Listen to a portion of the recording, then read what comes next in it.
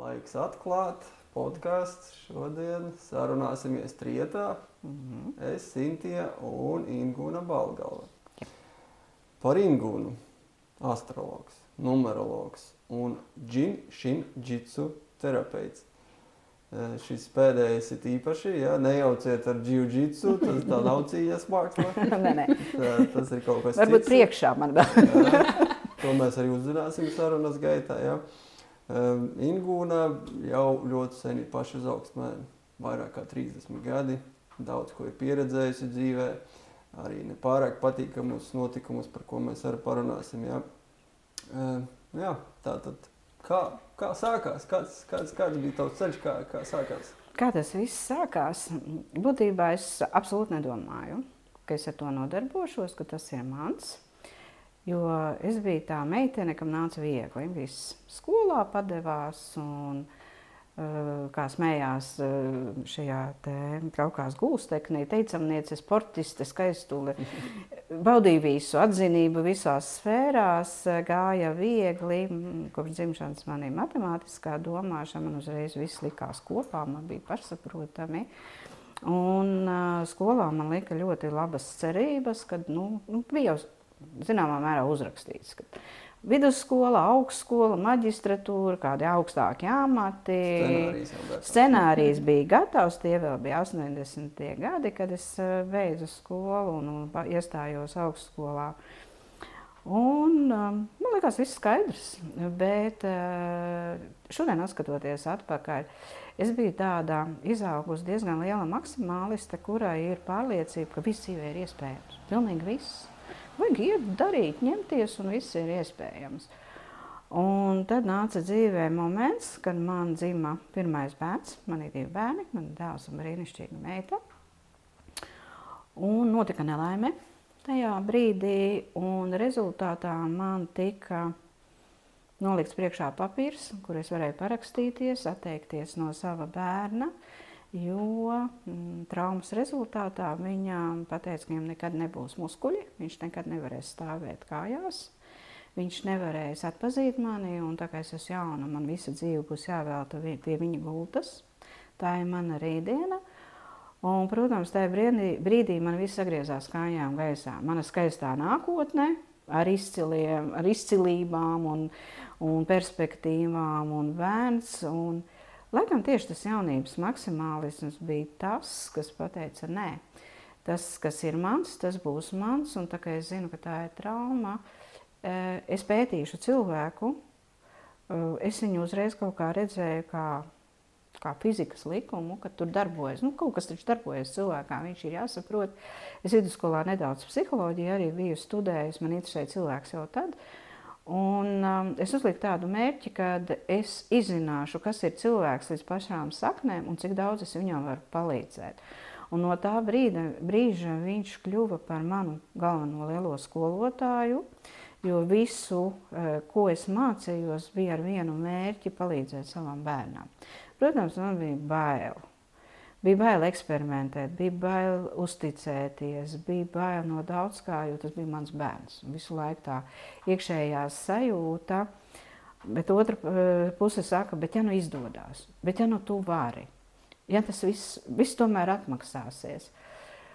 Un droši vien pateikšu priekšā jau, lai cilvēkiem nav tā lielā jautājuma zīme, šobrīd viņam vairāk kā 30 gadi. Viņš dzīvo pilnīgi patstāvīgu dzīvi. Jā, trauma ir atstājusi iespēju, viņam nācās pabeigt speciālo skolu, bet viņš ir pabeidzis visu 12 klases. Viņam ir absolūtā muzikālā dzirde, viņš tiek galā ar pilnīgi visām lietām, viņš mazgā savus drēbes, uztur māju, iet iepirkties, dodās uz savu centru, darbojās un lido daudz kur. Ir jāsaka tā, ka dažreiz paskatos uz tām saucamiem normālajiem bērniem, kad viņi dažbrīd laikam māca mazāk nekā viņš. Ja. Tā kā pateicoties viņam, ārējo tas izskatās skaisti, protams, aizmugure viņam negluži visi varētu varbūt tam iziet cauri. Bet es esmu pateicīga par visu, kas ir noticis mūsu dzīvē, un tāpēc viņu joprojām sauc par savu skolotāju. Bet pateicoties viņam, es šos 30 gadus esmu iemācījusies ļoti daudz. Un es esmu gājusi ļoti daudz kam cauri, jo es esmu cilvēks, kuram vajag pierādījumu praksē, ne tikai teoriju. Ja tā ir teorija, es gribu zināt, kā tas strādā.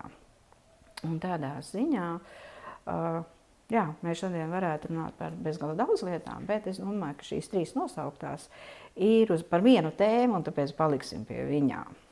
Kā toreiz atradi informāciju? Kā zināji, kur iet, ko darīt, ar ko sākt? Es sāku ar ārstiem. Viņi, protams, uzrakstīja verdiktu. Un es sapratu, ka ja viens ir uzrakstījis diagnozi, tad pārējie izlasot vienkārši noskaņojās uz šo diagnozi. Un tālāk neiedziļinās, viņiem ir skaidrs, diagnoze ir diagnoze. Jā, es varu atzīt to, ka man nācās tajā laikā viņu ievietot pat psihiatriskajā slimnīcā pirms skolas un samaksāt, lai viņam iedod citu grupu, lai viņu skolā ņem, jo viņi pat skolā teicās ņemt. Jo viņš skaitījās 1. grupas invalīds bezcerīgs, un tādus nekur neņēma tajā brīdī. Bet es tiku pie šīs te atziņas, ka viņš ir normāls un viņu var ņemt skolā. Viņa dēļ es arī pārcēlos uz Rīgu, jo es esmu Kurzemes meitene vairāk. Tad, jo es sapratu, ka tur ir iespējas tikai, un mūs atkal neņēma skolā, un es piepūtu vaigus un aizgāju zinātņu uz to izglītības ministriju un teicu, kā tad tā? Kā tad tā? Man ir rakstīts, ka viņi var ņemt skolā, un mani neņem skolā. Nu, tad bija viens zvans, un viņš bija skolā. Un es atkal esmu pateicīga tam gadījumam, jo viņš bija Rīgas speciālajā, vislabākajā, tur ir brīnišķīgi pasniedzēji, viņi tiešām saprot savu darba vērtību un viņi katrā bērnā redz viņa ideālo, viņa varēšanu, viņus nešausta, bet attīsta to, kas katram ir iekšā. Un pateicoties šai skolai un šiem skolotājiem, arī viņi mani lielie palīgi, ļoti daudz, ko viņš sevī ieguva tajā brīdī. Meklēju pie dziedniekiem, meklēju pie visiem, pie šāmaņiem, pie zintniekiem. Jā, varu likt roku sirgt un teikt, apmēram 60% ir tā saucamie šarlatāni, kuri pelna uz cilvēku veselības problēmām. Ir tādi cilvēki. Bet ir jāmāk atšķirt. Arī šobrīd. Jā. Arī šobrīd ir, arī šīs lietas ir biznesa daudziem. Jā, nevis vēlme palīdzēt cilvēkam, bet vēlme nopelnīt. Un uz kā tu pelni uz cilvēku asarām, uz cilvēku sāpēm.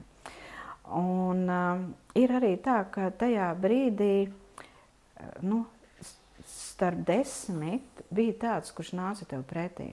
Viņš redzēja to, ka tu meklē, viņam bija viena alga. Man zāles viņām vajadzēja, man bija jāaiziet 3 ārstu komisijas, lai viņas dabūtu, bet kaimiņienē meita bija atbraukusi no Rīgas, un viņa saka, es dabūšu tev. Dabūju no ārsta tikai nosūtījumu, un 2 nedēļu laikā es tās zāles dabūju. Es pēc tam gāju vēl 3 mēnešus visas komisijas cauri, bet es jau tās zāles lietoju, jo viņa teica, tu nevari kavēties, tu nokavēsi laiku, būs viss. Un tā kā bija tādi cilvēki, kuri pat naudu neņēma, kuri man mācīja, kā viņu masēt, mācīja, kuri man pateica, kā darīt.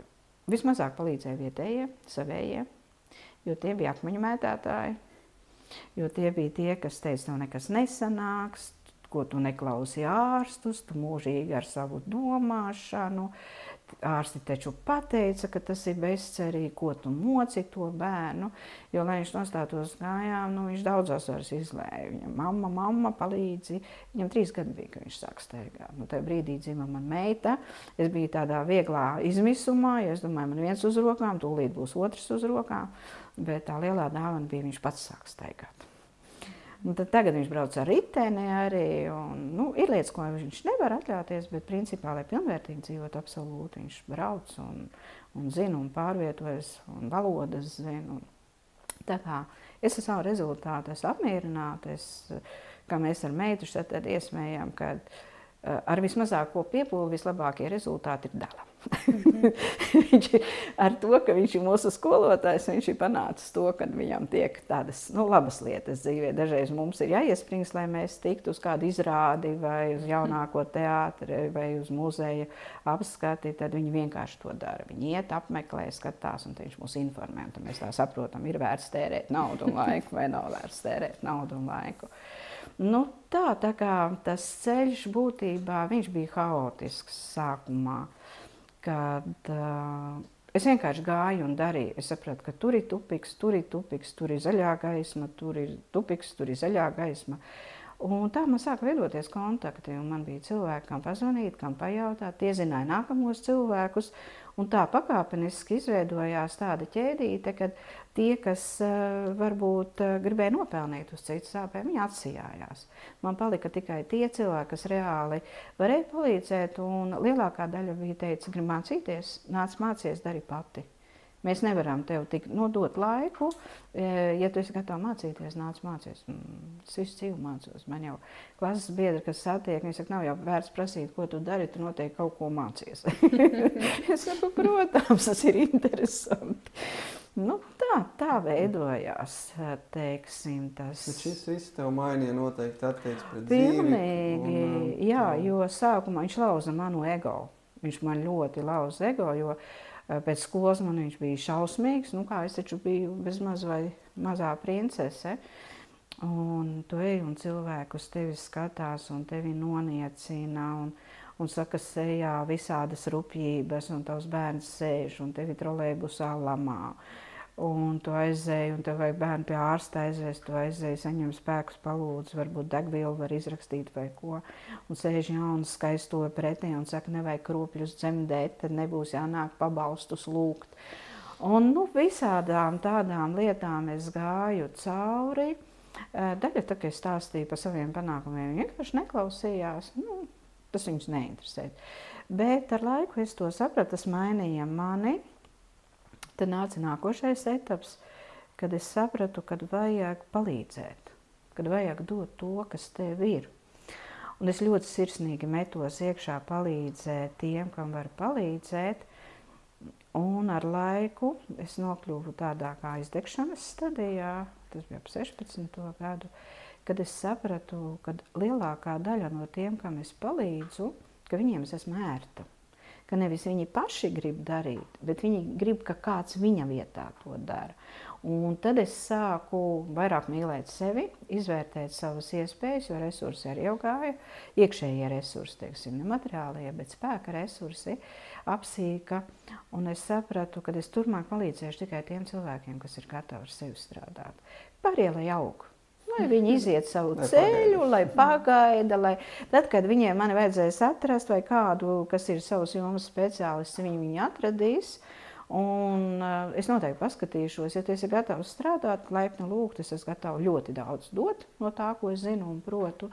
Bet, ja tu gribi mani izmantot vienkārši kā ērtumu, kā tādu atspērienu punktu labai dzīvei, tad vari vēl pastaigāt, kā es cilvēkam saku, tev vēl nav slikti, tev vēl būs ļoti slikti. Tā nu gan prognoze. Tas tā kā man viens arī zināms cilvēks par šo teica, kad atnāk cilvēks pie viņa un prasa, vai tu vari vēl šādā stāvoklī kādu pusgadu izturēt? Jā, tad atnāc pēc pusgadu. Tieši tā. Tad tev vēl nav tik slikti, lai tu būtu gatavs uz jebko, jo tad, kad tev ir slikti, tu esi gatavs uz jebko. Un tajā brīdī ir lūzuma punkts. Un tu saproti, ka pēc tā jebkā nāk labāka dzīve. Nāk labāka pašsajūta, cilvēki, dzīves notikumi. Tas ir tā kā pilnīgi citā pasaulē iekāpt iekšā. Kā es salīdzinu ar saulēktu, mēs varam atnākt kaut kur pēc ballītes ap 3 mājās, iet gulēt. Vīrs ir iegājis gulēt, es varbūt tur vēl kaut ko daru, un es ieraugu sauli. Tas rīta pavasaris, rīta saulīt un viss. Un es viņu tagad modinu augšā. Es saku, es paskaties, kāda saule. Ko es dzirdu? Tā, to ar savu sauli un vēl kaut ko. Labi, es atmetu roku, aizēju, skatos, sēžu uz balkonu vai dabā un priecājos par to visu. Atnāk viņš tāds miegains un viņš tā paskatās, miegi iztraucējis jau visu. Jā, saulēkts, tas ir kaut kas vērts. Un jūs domājat, ka nākošā dienā viņš ceļās? Protams, jā. Un tev ir jāizaug līdz tam brīdim, lai tu gribētu piecelties un redzēt to saulēktu, lai tu izbaudītu to burvību, pats saprastu to spēka mirkli, to kā daba apklust, kā putni klausās un vēro to saulēktu pie saulrieta. Tev pašam ir jāgrib. Ja? Tas, ka es tev tur modinu un saku, tūlīt pēc 5 minūtēm sāksies, tas neko nedod. Jā, tas ir vienu brīdi, varbūt viņš tādu mīļā miera labad ar pukstēšanu piecelsies, beigās teiks, ej, tu ar savu saulēktu, ļauj man gulēt. Es pat ziemā paskatīšos 9:30, kad lēc. Ieraksti man vai telefonā. Nu jā, es pēc tam pavērošu, kā tev patika tas. Ingona, lūdzu, izstāstīja mums visiem, kas ir džinshinjitsu. Kas ir džinshinjitsu? Tas nāk no Japānas, un es varbūt tādu mazu atkāpīt sākšu, kā es pie tā nokļūnu. Tas ir 2012. gads, kad man viena paziņa, viņa mani satika, viņa saka, Ingona, tu nāksi mācīties džinshinjitsu? Es saku, jā, bet pasaka, kas tas tāds ir? Nav ne jausmas, nav nekas. Viņa saka, tas ir kaut kas ļoti, ļoti gudrs, nāk no Japānas, Latvijā pasniedzēju nav. Mums ir ekskluzīva iespēja, gan no Eiropas, kur ir pamatcentrs ir Amerikā, un otrs centrs ir Eiropā, Bonnā, kur brauc pasniedzēji. Tajā brīdī bija 23 pasniedzēji, kas tikai pasaulē to māca. Un ka mums ir iespēja reizi gadā no kādas valsts kādu pasniedzēju sagaidīt, un viņš iemācīs. Ka tā ir pieskārienu terapija, kur cilvēkam ir 26 punkti katrā pusītē, enerģētiskie centri, ķermeņa enerģija pusītē kopā 52 punkti, un kā es jau iesamēju, kad gadā nejauši 52 nedēļas. Un princips ir tāds, ka viena ķermeņa pusē punkti palīdz attīrīt tavu ķermeni no sārņiem, no šlakām, no sabiezējumiem, no visa, un otrā ķermeņa pusē palīdz restartēt. Restaurēt, sakārtot, pabarot.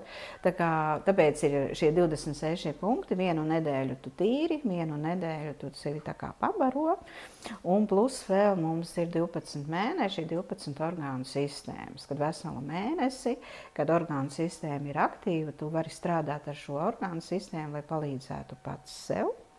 Tad ir tā, kad ir katram punktiņam un arī datumam katram datumam ir savs punkts, bet tie, kas ir pēc 26. dzimuši, viņi tā kā no sākuma sāk 1, 2, 3, 4, un tad sanāk, ka no 27. līdz 30. ir 1. līdz 4. punktiņš, un no 5. 31. viņi sadalīja tādās grupās, 5 grupās ir, bet nevienādās. Un ir tā, ka, ja tu esi dzimis konkrētā datumā, tad tev jau ir savs stāsts. Un plus tā nāk savs mēnesis. Tā kā katram cilvēkam datums plus mēnesis ir viņas stāsts. Kā viņš reaģē uz pasauli, kā viņš jūtās, kas viņam patīk, no kā viņš baidās, kas viņu tur stresā, kur viņš ir drosmīgs, kuri vājie orgāni, kurš laiks viņam ir. Jā, jo šī te mācība ir balstīta uz to nevis, lai cilvēks ir slims un viņš atveseļojas, ko mēs gan Latvijā praktizējam. Mēs sākam domāt par veselību tajā brīdī, kad ir slikti un ļoti slikti. Visa lielākā daļa, jā. Rietumu pasauli man gribās pieminēt.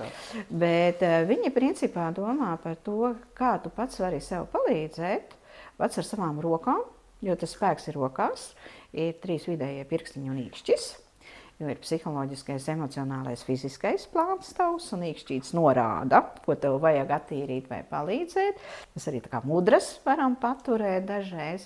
Un kā tu sev vari palīdzēt, lai būtu vesels, lai tu netiktu līdz tai slimībai. Un Japāņiem ir tāds uzstādījums, ka tu esi vesels tik ilgi, kamēr tu labi jūties. Tu labi jūties psiholoģiski, tu labi jūties emocionāli un tu labi jūties fiziski. Tu esi vesels. Un tiklīdz tavā sajūtu šajā ķermenī ir kaut kas, kas tev rada diskomfortu, ir jāsaprot, lai tu vari viņam palīdzēt. Un tu atkal vari palīdzēt pēc tā, kāds ir šodien datums, kāpēc tu tieši šodien slikti jūties, kāda ir šodien zodiaka zīme, kur tavā ķermenī ir tas punkts un pa kuru orgānu tas atbild. Tātad, kurš orgāns saka, čau, ar mani kaut kas nav kārtībā. Ja? Mēs, protams, to varam norakstīt, slikts garstāvoklis, negulēja viss, bet viņiem ir tas princips, ka visam ir savs iemesls. Diskomforts arī no kaut kā rodas. Ja, tātad tu esi ar savu dzīvesveidu, ar savu dzīves stilu, tu sevi esi novedis līdz tādam rezultātam. Jo slimība jau nav nekas kā tavu darbību rezultāts. Tad ir pilnīgi cita domāšana kā tāda. Un es te paņēmu līdzi tādas mācību grāmatas, man gan vācu valodā, jo, kā es saku, bērns, man dzīvo šobrīd Vācijā, un te ir bērniem, kā pats ar savām rociņām turot. Viņam kāju, pirkstus, te ir apraksts, kam viņš palīdz. Ja? Te ir atkal kādas pozīcijas, kur punktiņš, kā tāds ir. Arī zīdaiņi, ir arī dzīvniekiem tāda grāmata, te vairāk ir Mums ir kaķis, un viņam bieži ir problēmas. Un tad ir tādi pieaugušajiem, te ir ar lieliem aprakstiem, kā turēt katrai situācijai. Es te tā varu pašķirstīt, parādīt. Tad ir konkrēti, ja tev tur sāp tas, tev ir slikti, tad punkts tur velk, turi šite savas rokas, turi šeit.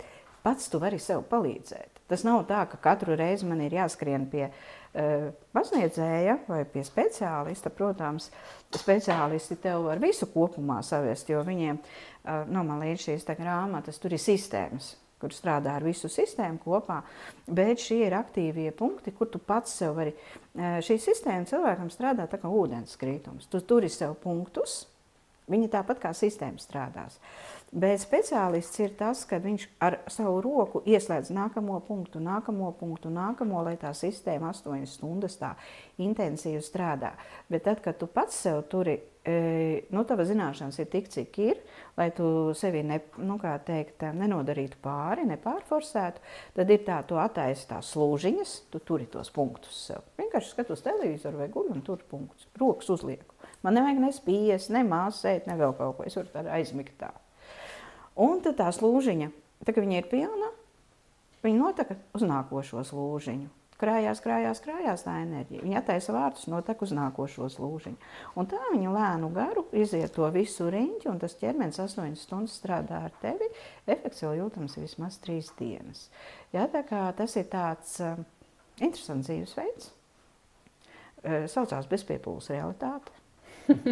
Jo ir 2 rokas, tu viņas vari šeit nolikt. Kāpēc mēs sēžam uz rokām šitā? Tāpēc, ka zem dibena tie ir enerģijas punkti. Ja es esmu nogurus un iztukšot, un man vajag vēl kaut ko padarīt, pasēžot 15-20 minūtes šitā uz rokām, man parādās otrā elpa. Es varu iet atkal un darīt visu. Jā, tad tur iesnas ir, es paturu punktus, man iesnas noņem. Ir simptoms, es esmu turējusi, ir simptoms, ka ir iesnas, bet nav nekādas parādības. Nav ne deguna tecēšana, ne klepus, nekas. Viņam vienkārši ir ļoti strauji ir noņemts, vēl tas simptomiņš, tas vīrusiņš ir jāizdzīvo. Tā sajūta, kā ir pēc slimošanas, bet nav. Nav visas tās blaknes, ko mēs parasti izejam cauri apsārtušas acis un kā tādas. Lūk, tā ir tā sistēma. Un Latvijā ir no ārzemēm brauca. To iedibināja, ja nekļūdos, Skābes radītāja Ina Celme, kura jau ir Taisaulē šobrīd, jo viņai pašai bija problēmas, bet viņa arī meklēja atbildes uz ļoti daudz, ko viņa sastapa šo skolotājus Eiropā, Vācijā, un viņa bija tā, kas, pateicoties viņai, viņa sāka braukt uz Latviju. Tad vēl kādu darbu laiku pēc viņas aiziešanas Taisālē tas turpinājās. Mums tika sūtīts no 13. gada. Tagad elektroniski viss nāk, ir tādas grāmatiņas. Arī varu iedot apskatīties, tev redzēt, kur viņas māca. Te ir Anglija, Īrija, Portugāle, Spānija, Beļģija. Jā, kur ir apmācības, cik maksā, kāds pasniedzējs, cik dienas, jo mēs nosakām pēc pulsa diagnostikas, kā lasām organismu, kā enerģija ir savērpus organismu, kur ir nobloķējusies enerģija pēc pulsa, kurš orgāns saka, ka vajadzētu palīdzēt man. Ārsts varbūt neredz šajā te diagnozē, bet organisms jau pasaka priekšā. Tas ir, lai nesaslimtu, lai tu nebūtu tad, kad tev analīžu sarakstā ir tas nestrādā, un tad sāc domāt, no kura gala sev palīdzēt. Varētu teikt, ka savus 17. pēdējais gads, 16. gadā laikam bija pēdējais gads, kad viņi brauca, tad vēl kādu brīdi aktīvāk, tad var braukt uz ārzemēm, teiksim, Bavārijā, Austrija, Šveice. Vācija ir ļoti aktuāla, jo Bavārijā ir tādi ļoti lepni labs sanatorijas, viņa ir kā fizioterapija, kā masāža kabinets, kā rehabilitācija, lai atjaunotu savus spēkus, jo palīdz pēc visādām traumām, palīdz arī vēža gadījumos, ne ārstē vēzi, bet ķīmijterapijā, piemēram, lai nav slikta dūša, lai savu kauli ātrāk, lai sadzīst brūces, dažādi veidi ir. Un tur ir arī skolas, tur arī mācās vairāk tās lietas, un tā kā tas nav tā, lai es teiktu, nē, tas ir pilnīgi jauns, tas ir Latvijā. Tajā brīdī mēs grupā bijām 20 plus cilvēki, bet daļa bija ārzemnieki, kuri brauc mācīties. Un jāsaka, no latviešiem, par visiem šiem gadiem, varbūt ir 30, kuriem ir certifikāts šis, ka viņi ir pabeiguši, un varbūt kādi 10 no viņiem strādā Latvijā. Bet šobrīd nemāca neviens, jo apakšā ir vajadzīga numeroloģija, astroloģija un zināšanas smalkajos ķermeņos biodinamikā. Un tā kā es varu teikt, ka man visas šīs zināšanas jau bija, pirms es iepazinu džinjitsu, tad visus šos gadus es esmu studējusi, mācījusies vēl klāt anatomijas un japāņu domāšanu dzīves, un ļoti daudz atklāsmes ir nākušas, jo ar numeroloģiju esmu sastapos 80. gadu beigās. Caur erihiešiem, ka man parādīja, kas ir numeroloģija, ar astroloģiju es esmu no 2000. Gada pazīstama, mums ar astrologiem. Arī tur tāda diskusija par numeroloģiju bija, jo viņi uzskatīja, ka numeroloģija tas tā nav diezko nopietni, bet es varu teikt, ka numeroloģija tā ir mūsdienu jaunā psiholoģija, jo te tev nav jārakņājas cilvēkā iekšā, tu vari paskatīties un tad ar viņu kontaktējoties, sarunājoties, jūs saprotat, par ko ir runa. Man ir tāds priekšstats, kā es teicu, man tā matemātiskā domāšana, salīdzinošā domāšana, kad cilvēks izvēlās mašīnu. Ja, viens tur Opeli, viens tur Volgu, viens BMW, viens Mersi tur izvēlās, cits varbūt Volkswagen. Un katram viņam ir savu komplektāciju. Tad no katras mašīnas var dabūt ārā kaut ko vienu, kaut ko citu. Tā ir numeroloģija. Tas ir tas, ko tu redzi pa cilvēku. Viņā ir tas, viņš var to, viņš šite īsti nevar, šite piespiežoties var, tad viņa komplektācija kā tāda. Un astroloģija tās ir ceļazīmes. Tad ir skaidrs. It kā visiem vienādas, iespējas vienādas, bet ar BMW brauks pa samām, ar Mersi brauks pa samām, ar Volkswagen brauks pa samām, ja? Ar to komplektāciju, kā ir, ar riskiem, ar gabarītiem, ar visu pārējo. Tad astroloģija un numeroloģija saliekot kopā ir droša braukšana. Tu zini, ar ko tu brauc, tu zini, kur tu brauc, tev ir informācija par to, tev ir izvēle braukt pa labi, pa kreisi, ja, vai vispār palikt mājās, vai palūgt kādu, kas tevi aizved. Tad tas ir tas, ar ko tas ir saistīts arī šeit džinjitsu, kad datums ir, katram datumam ir tas savs komplektiņš, kas viņam jau ir ielikts no dzimšanas. Savas kaut kādas vainas, kas viss, uz ko viņš reaģēs, kāda veida stress. 31. un kaut kas tur sāk, jā, tad ir tāpēc, kad... Tāpēc, ka šodien ir 31. Jā, un klāt pieliekam tāpēc, ka augusts, un mums ir skaidrs, jo 31. oktobrī tur būs kaut kas cits, jo tur jau pamainās mēnesis, jā, bet 31. visi vienādi reaģēs uz vienu stresu.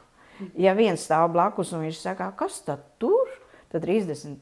datumā dzimušiem tam ir problēma, tam ir jārisina, jo tā viņš ir nokomplektēts.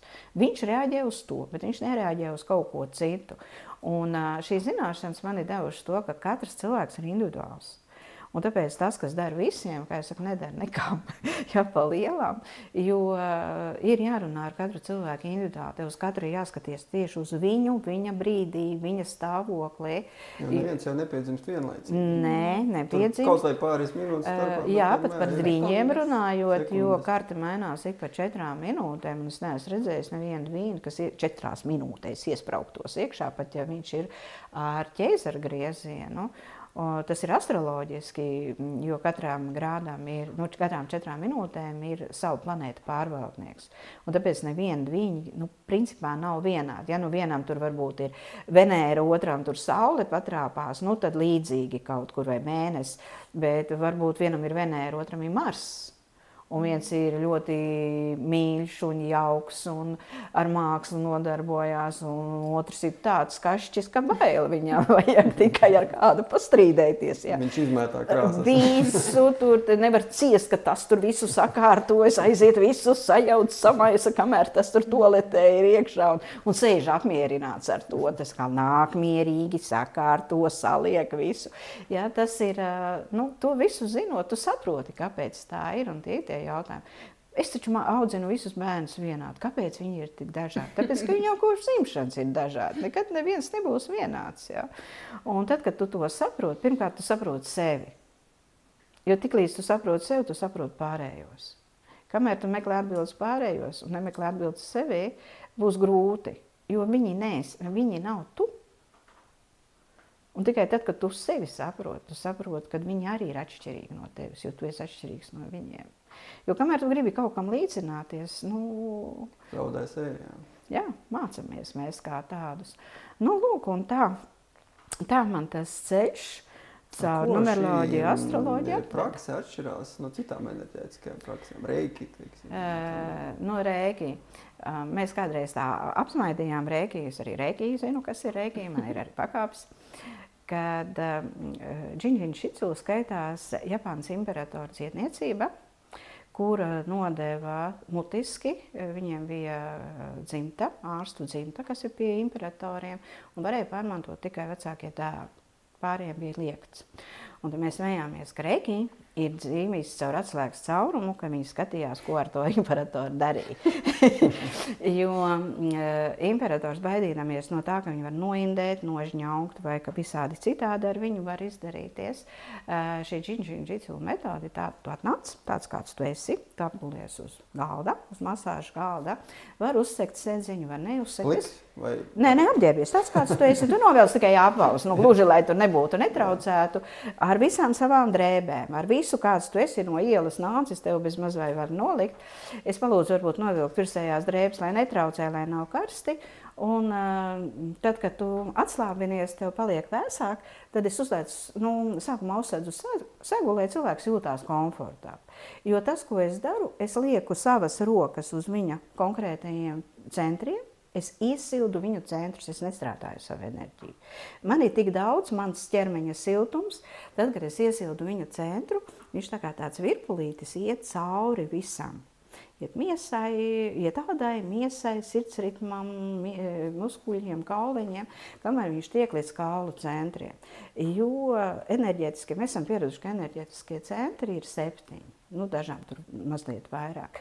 Enerģētiskie centri katrā locītavā, visā, kur mūsu ķermenī ir locītavi, ir enerģētiskie centri. Un tā sistēma ir tāda, ka mēs pludinām enerģiju, kā es stāstīju arī savām grupām. Es saku, iedomājieties, kad ir tās lielās bāzes, kur viss tiek savests no pasaules salikts. Un tad no tām lielām bāzēm ved uz pilsētas centriem, un tad no tiem pilsētas centriem uz mazajiem veikaliņiem, lai visiem cilvēkiem viss būtu. Tieši mūsu ķermenī enerģija tieši tāpat strādā. Centrālajie kanāli, centrālā bāze, tur ienāk iekšā visu enerģiju un iedarbina katru lielo centru. No lielā centra uz katru locītavu tiek aizvests, kas ir pilsētas centri, un no katras locītavas tiek uz katru šūnu aizstūtīta tā enerģija, kas ir mazie veikaliņi. Un līdz ar to enerģija plūst no mūsu ķermeni cauri visām šūnām. Un pēc tā, kura locītava sāp vai kur, jo mums ir viss ķermenis sadalīts 3 daļās, pat pirksti. Fiziskais, emocionālais, psiholoģiskais. Fiziskais, emocionālais, psiholoģiskais. Fiziskais, emocionālais, psiholoģiskais. Lieciet, kā gribat. Svētā trīsvienība ir visur, un mēs vienlaicīgi strādājam 3 enerģijām. Mēs strādājām ar kosmosa enerģiju, mēs strādājām ar zemes enerģiju un ar savienotāju enerģiju. Mēs tos punktus iekustinot, ķermenī veicam šīs 3 procesus vienlaicīgi. Kosmosa enerģija, zemes enerģija un visu jaucam kopā. Un līdz ar to ķermenis pats dara savu darbu, tā kā viņš ir uzprogrammēts. Mums ir jābūt tikai tiem, kā tagad saka, robotiņš strādā, mums ir jāzina, kuru podziņu nospiest, tā mēs strādājam ar cilvēkiem. Rezultātā viņi ir laimīgi. aiziet apmierināti, Tas taču mierīgi. ir pats galvenais. Jā, pēc pusgada viņu satiec, vai tavā dzīvē kas mainījies. Viņš saka, nē, kas nav mainījies, man viss ir kārtībā, man viss ir labi. Nezinu, palīdzēja tie punkti, nepalīdzēja. Ar to, ka viņš atnāca šķības, grejs, raudāja, to, ka viņam kaut kas sāpēja, to, ka emocionāli nomākts viņš bija, viņš jau vairs neatcerās. Tas jau bija sen. Tas ir bijis. Tad es to sliktai dienā, pēc tam es jūtos labi, viss taču ir kārtībā. Ja? Un tāpēc ir tā, nu, ir tie, teiksim, gadījumi, kur mēs esam izsmējušies, kad mums arī pasniedzējs no Brazīlijas bija. Viņš saka, atnāk tāda kundze jau pa 80, tad šika, un sūdzās par migrēnām. Nu, viņai jau ilgu laiku migrēna, viņš saprot, ka galvas, viss, kas saistīts ar galvu, ir jāstrādā ar pēdām, pirkstos ir iekšā visu galvu centru smadzeņu darbība. Viņš saka, nu, es viņai saku, atpūšaties, relaksēties, uzlieku mūziku, tur, nu, viss, nekas tev nav jādara. Tu vienkārši guli un kaifo. Strādā speciālists, aktivizējot tavus punktiņus. Un viņš saka, pēc 10 minūtēm viņi sarosās. Viņš saka, es slikti, varbūt stoleta vajag, varbūt vēmta vajag. Nu, tu drīkst piecelties, aiziet, nav tā, kā tur visā tajā es iekšā. Viņš saka, nu, it kā nekas. Pēc 5 minūtēm viņi tomēr neiztur. Viņš saka, es atvainojos, kungs. Es teicu, ka man tā galva sāp. Ko jūs gar tām kājām man grābstaties? Nu, tāda ir izpratne cilvēkam. Ja tevi nemīca, nesit, nezinu, neliek tur kaut kā sēdēt dīvaini vai dzert kaut ko, ka tev neviens neko nepalīdz. Jo rezultāts viņš parādās 2 mēnešu laikā. Viņš var pirmajā dienā, viņš var pēc nedēļas, viņš var tikai parādīties. Jo cilvēkam ir individuālie bioritmi, kad viņš jūt efekts un ka viņš nejūt, kad organisms dabīgi attīrās un kad dabīgi uzlādējās. To visu zinot, jo tev viņš attīrās, tu nejutīs. Viņš veic to attīrīšanos. Var palikt pat brīžam sliktāk, liekas, pēc aizgājuma man ir slikti, bet viņš attīrās. Es saku, priecājies, tev ir jāiztur, tev attīrīsies, pēc tam tu redzēsi, kāds tev ir lidojums. Jā, ja notic, tad viņš saka, tiešām tev taisnība. Es pilnīgi lidoju, man nav svara. Jā, neskatoties, ko tie svari rāda, man nav svara, es jūtos tik labi. Nu, es saku, vesela cilvēka sajūta. Jā, cik skaisti, cik forši, tik iedvesmojuši uzreiz gribas pašam izmēģināt. Nu, man vismaz pašam. Esmu dīvaini jautājumi. Ja enerģijas plūsmas būtu kā tramvajs, kurš orgāns būtu tas, kas vienmēr grib braukt bez biļetes? Cilvēks. Kā orgāns. Kā orgāns, viens liels orgāns, staigājošs ūdenspeļķe, kādas apvalkājā. Varbūt prāts, tas ir, kurš tur visu maizi. Prāts, nē, prāts ir tramvaja vadītājs vai sabiedriskā transporta vadītājs. Viņš ir, kur jābrauc, kā jāsēž, kur jāapsēžās. Pa zaķi viņš noteikti negribētu braukt. Es domāju, tā ir cilvēka daba. Kaut ko pa brīvu dabūt, ērti, kaut kuru ievilkt, ja, un tēlot, ka viņš ir baigi pareizais. Vai cipars 8 vienkārši ir skaitlis 0, kas saspēs svaru zālē? Jā, jo 0 ir pilnība, un 8 ir karma. Un, ja jūs braucat ar riteni un ieskrienat apmalē, tad jūsu 0 pārtop par 8, un tā ir jūsu karma. Tā ir jūsu karma. Loģiski. Kas ir sarežģītāk? Izprast sievieti vai salikt IKEA mēbeles bez instrukcijas? Kas ir sarežģīti, jā. Vai salikt mēbeles? Es domāju, ka salikt mēbeles, jo izprast sievieti nav vērts. Viņu tāpat nav iespējams. Un sarežģīti var būt tikai salikt mēbeles bez instrukcijas. Tas tiešām ir interesanti pieredzēts, jā. Bet, ja cilvēkam būtu trešā roka, kur vislabāk būtu to piestiprināt? Droši vien aizmugurē. Jo priekšā tu smaidi, tu tāds laipns esi, un tad tu tur aizmugurē arī čirikus parādi. Kaut ko nepieklājīgi. Paņemti, nejauši ieslidināt kabatā, ko neviens neredz. Tā kā, jā. Loģiski, jā. Vai spogulis kādreiz nogurst no tā, ka visu laiku jāskatās uz citiem? Vai viņš nogurst? Es domāju, ka skatoties uz pesimistiem, jā, bet visiem pārējiem viņiem ir interesanti paskatīties, kā viņi sevi tur piekārto, kā kroņus uzliek, piemēra lomas dažādi. Nu, pesimisti viņš tā paskatās, bez emocijām aiziet, no tiem var nogurt, bet pārējiem viņam varētu būt interesanti. Viņš daudz ko pastāstīt. Jā, viņš varētu attēlot, ja paši redzētu no malas, kā izskatās. Viņš varētu uzņemt video un pēc tam parādīt. Mēs aizmirst, ka uz darbu jāiet, būtu tik interesanti. Ja tu varētu sarunāties ar kartupeli, par ko jūs runāt?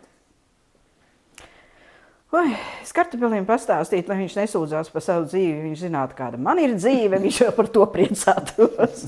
Jo viņam ir jāaug zemē un jāzied un tumsā, jābūt noderīgam un tumsā. Jā, kad nevienmēr tas, kas tev liekas grūti, ir patiesībā grūti. Jā. Skaisti. Vai supervaroņiem ir jāmaksā komunālie maksājumi? Vai super? Es domāju, ka nē, viņi tāpēc ir supervaroņi, lai viņi tiktu galā ar visām ķibelēm, kas ir komunāliem maksājumi. Tikai viens no kaut kā. Viena no ķibelēm. Viena no ķibelēm, jā, ka ir jāatrisina, kā no viņas kā aizlaisties vai kaut kā sakārtot viņu citādā veidā, kāpēc, lai viņam tā būtu problēma. Jā. Ieslēgties pie kaimiņas. Jā, pateikt, ka viņš šita nedzīvo, ka citu adresi iedod vienmēr. Aizsūtiet uz to adresi, viņš aizbrauc uz turieni, ja es te tikai tā ienācu garām ejot. Jā. Ja sieviete saka, es tūlīt būšu gatava, cik vēl stundas vīrietim jāgaida? Es domāju, ka vīrietis var ķerties pie saviem darbiem, jo tā, ka viņa būs gatava, viņu pasauks. Pareizi. Jā. Ja tavs spogulis varētu dot padomu, kāds tas būtu? Tā par spoguļiem.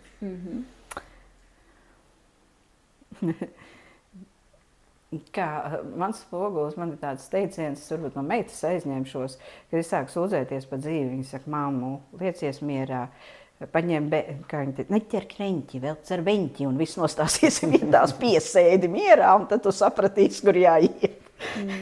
Jā, tā kā droši vien, kad kāds padoms būtu, ej, un tad jau redzēsi. Ko tu tur ņemies? Jā, tad jau redzēsi. Jā, ej, redzēsi. Skaties pēc apstākļiem, kas notiekās, un viss, ko tu tur vari ņemties. Ko tu man sūdzies? Labāk būtu gājusi un darījusi. Nu, un pēdējais, jā, vai ausis strīdās savā starpā par to, kura dzird labāk? Nu, par tām ausīm ir cits stāsts. Pie vienas auss sēž vēlniņš un pie vienas sēž dieviņš. Un dieviņš mums saka, tā ir pareizi, lēnām, nesteidzies. Viņš saka, neklausī to, liecies mierā. Dieviņš saka, nu nedrīkst aiztikt, ļaut cilvēkam domāt. Un tad vēlniņš pārčāpo pāris muguri, iesper dievam, apklusti, tu nedrīksti teikt priekšā. Tā kā būtībā, jā, mēs ar katru ausi dzirdam kaut ko citu, un tās ir mūsu tās iekšējais dialogs pašam ar sevi, cits viņu sauc par sirdsapziņu, kā tad tagad darīt. Teikt viņai, klusu, es darīšu pa savām, vai teikt, labi, es šoreiz paklausīšu tevi. Tātad ausis strīdās. Strīdās ausis, jā, viņas dzird katra savu un katra par savu paliek, tāpēc jau viņas jau nekad nesatiekās. Tāpēc katra savā pusē. Katra savā pusē, katra dzird savu, velk uz savu, jā, viens pagriež uz vienu pusi, otrs uz otru pusi, viņas gadījumā saka. Jā. Nobeigumā bišķiņ pafilozofēsim varbūt, ja kādu tu redzīji savu un vispār savas apkārtnes un pasaules nākotni? Es par to esmu domājusi šad tad, un, nu, protams, ka mācos dzīve, rīt pieredze. Šobrīd es esmu teikusi, tā kā man pirms 25-30 gadiem izdevās šo numeroloģiju iedzīvināt, un viņi tagad ir aktuāli, un cilvēki interesējās, un jau nopietni pret to izturās, un dažādi pasniedz dažādus variantus un mācās. Tad šīs te džinshin jitsu, kas nāk no Japānas, man gribētos, lai mēs to arī sākam uztvert nopietni, un tas maina mūsu domāšanu. Jo man patīk tā doma no Japāņiem, kas ir, kad izdari savā labā nieciņu, lai tu vienmēr būtu vesels, bet negaidi to brīdi, kad tu saslimsi un tad tu sāc interesēties, meklēt, darboties, jo tas tiešām ir ļoti, ļoti vienkārši. Bet šobrīd mums vēl nav tā aktualitāte būt veselam. Mums par veselību mēs nedomājam. Kāpēc mēs nedomājam? Tāpēc, ka mums materiālās vērtības ir primāras. Un cilvēkam nav izpratne par to, ka tavs materiālais stāvoklis ir atkarīgs tieši no veselības stāvokļa. Jo tu ilgāk esi vesels, jo tu ilgāk baudi materiālās lietas. Jo mazāk būs jātērē tieši tā, jo tajā brīdī, tad, kad tu saslimsti, tu būtībā to, ko tu iekrājies labai dzīvei, tu visu atdod savai veselībai, un tu esi nulles punktā.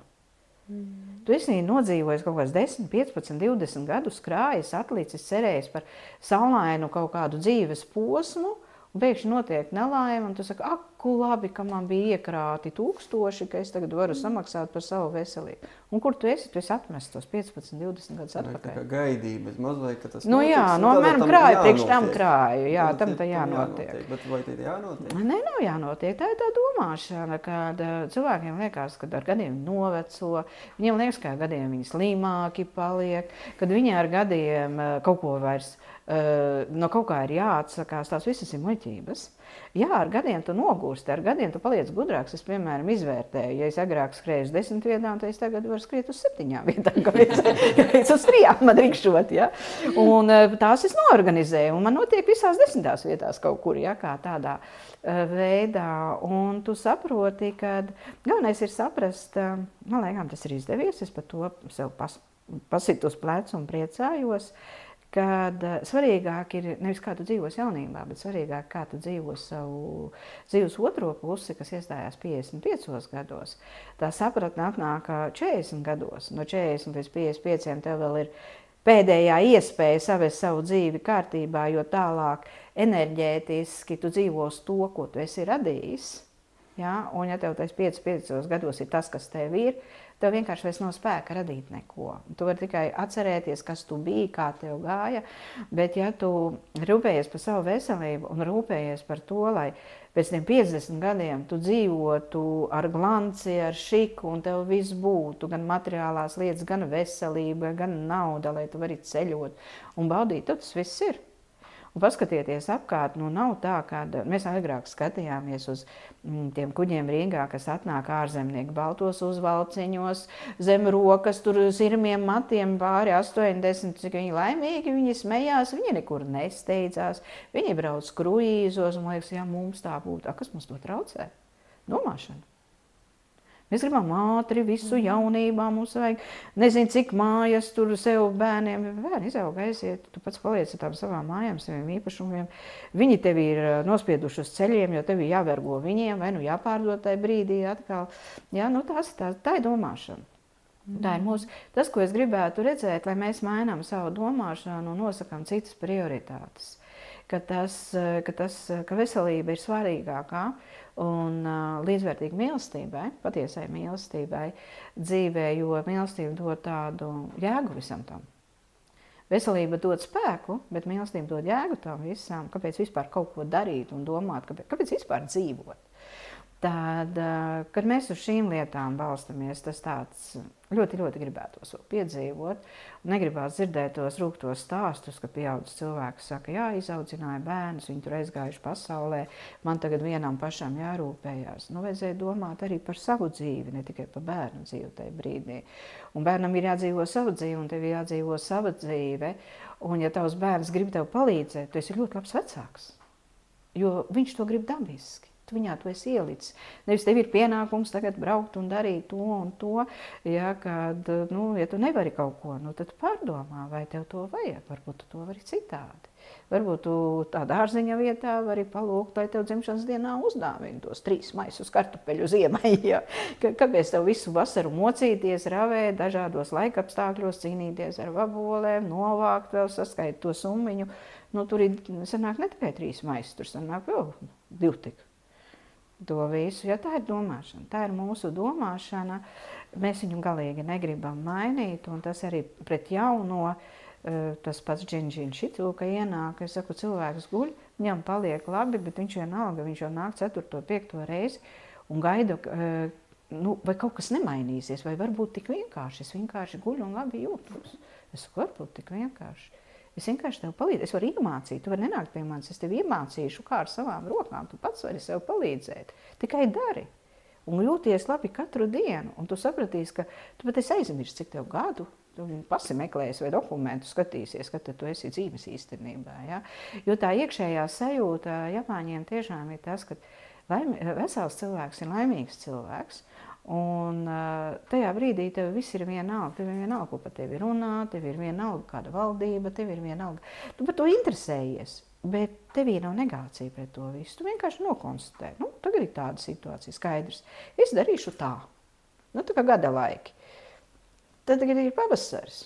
Tagad ir ziema. Vakar spīdēja saule, šodien līst lietus. Es vienkārši pielāgojos. Vesels cilvēks pielāgojas. Viņš nepuks par to, ka šodien ir slikta laikas apstākļi. Tu minēji mīlestību, ja, teiksim, manā skatījumā tāda mīlestība padziļinātāk pret sevi pirmām kārtām, un tad jau arī viņi izpaudīsies. Jā, tikai cilvēkiem ir jāsaprot, kas ir mīlestība pret sevi. Mīlestība pret sevi ir nedarīt sev un citiem pāri. Jo viens ir nedarīt sev pāri, neielaist to diskomfortu sevī, bet tev ir jāapzinās, kad mīlot sevi, tu nedrīkst kļūst par narcisu, tu nedrīkst kļūst par bezjūtīgu, emocionālu cilvēku, kurš nodara otram pāri. Tev ir jābūt godīgam, mūsu cilvēkiem šodien ir ļoti liels problēmas ar godīgumu. Tev ir jāpasaka, tas būs sāpīgi, bet tas būs godīgi. Ja? Tev nāksies viņu sāpināt, bet tāpēc man nav jāsaka ar kaut kādiem pazemojošiem, izsmejošiem, dzēlīgiem vārdiem, ar augstprātību. Es vienkārši godīgi pasaku, mēs esam dažādi. Tu neesi mans tipāžs, piedod. Es saprotu tavas jūtas, bet man ir savas jūtas. Un tajā pirmajā brīdī, jā, tev varbūt tā emocija, gamma ļoti spēcīga un tāda, bet pēc tam tas ir bezgalīgi pateicīgs, jo tu devi tam cilvēkam brīvību. Ne pats mocījies, ne viņu mocīja, ne viņu pazemoja. Varbūt tas, kā tu viņām pasaka, viņš vairs vispār attiecības neveido. Jo tajā brīdī viņš vēl nemīlēja sevi, viņš vēl bija tikai ceļā un to viņu vienkārši sagrāva tajā visā. Ja, tā ir ļoti liela māksla, tā ir cilvēku mīlestība. Mīlestība uz sevi un uz cilvēkiem. Tad bieži vien sabiedrības spiediens un viedoklis traucē, jo teiksim tās pašas ģimene, nu kā es darīšu tā. Kā es tagad tur, ļaušu dzīvot sev, vai kā es pametīšu viņu, vai kā es tur, visi šitie, ko par mani padomās. Jā, bet tie cilvēki, viņi ļoti daudz izdarījuši, un tāpatās, varbūt ne pat tēm, bet tā viegli pieskaroties, tad, kad bija Otrais pasaules kars, kurš tad izveda? Strādīgos. Strādīgos, atbildīgos, kas deva citiem darbu, kuru ģimenes strādāja, rūpējās, viņus jau izveda un nošāva. Ne jau tos, kas nedarīja neko.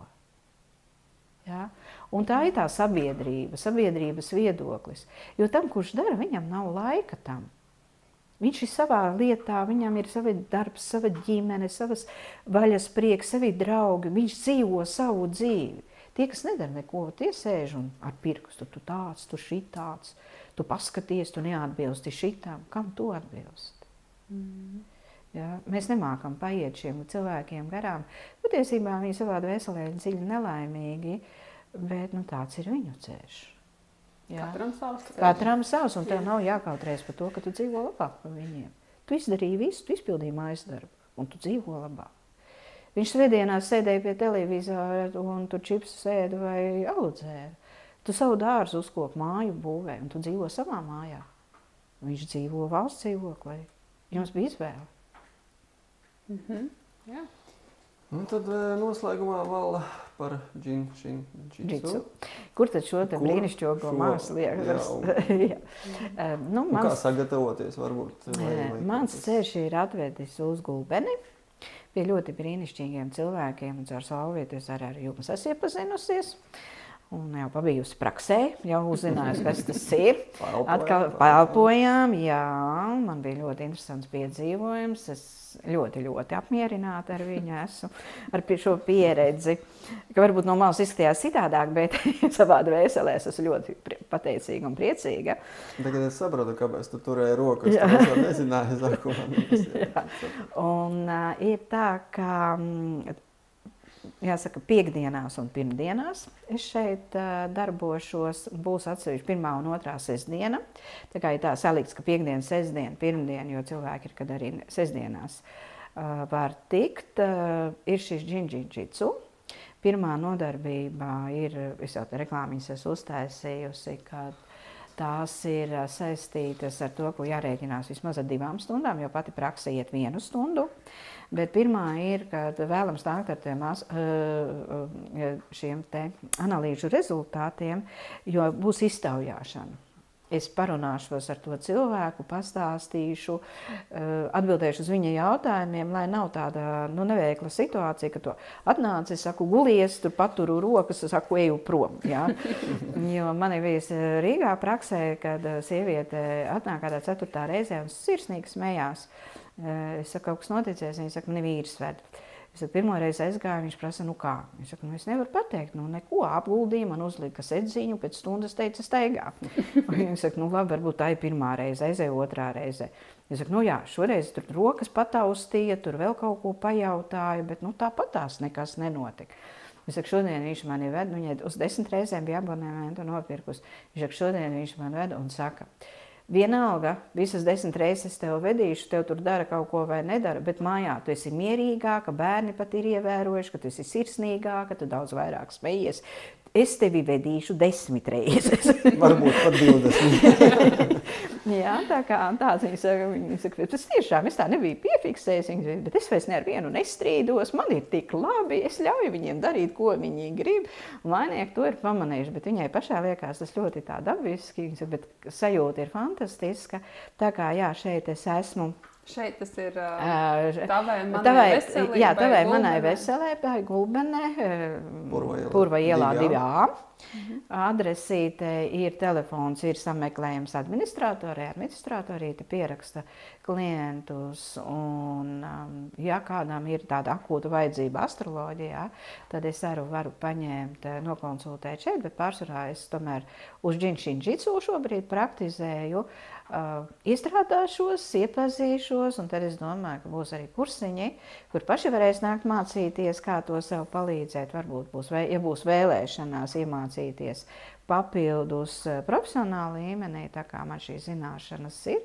Man ir arī savi skolnieki, tad es arī to ar laiku piedāvāšu, bet šobrīd izbaudīt labsajūtu, saprast, kas tas ir, savest savu emocionālo un psiholoģisko ķermeni kārtībā, varu Gulbenē tavai un manai veselībai piekdienu, sestdienu, pirmdienu. Prieks, ka ir jaunas metodes, Latvijā jaunas, ne visā. Un es domāju, ka varbūt iedrošināsies arī vairāk popularizēt sevi tie cilvēki, kas to dara, kuriem ir savs klientu loks. Jo, tā kā tas ir jauns, tur bišķiņ jābūt ir drosmītei tā, lai atklāti ietu. Tas nozīmē, ka tas viennozīmīgi nav pret medicīnu. Ja, tiem, kas uzskata, ka es tagad tikai ar to nodarbošos un medicīna nē, ņemot vērā mūsu veselības stāvokli kopējo, kāds mēs esam, mūsu domāšanu, dzīvesveidu, tad tas iet roku rokā ar medicīnu. Tāpatās kā Eiropā, tas ir gan pie slimnīcām, gan sanatorijās, gan atveseļošanās centros. Viņu cilvēki savāc ātrāk kopā un palīdz viņām sākt domāt citādāk.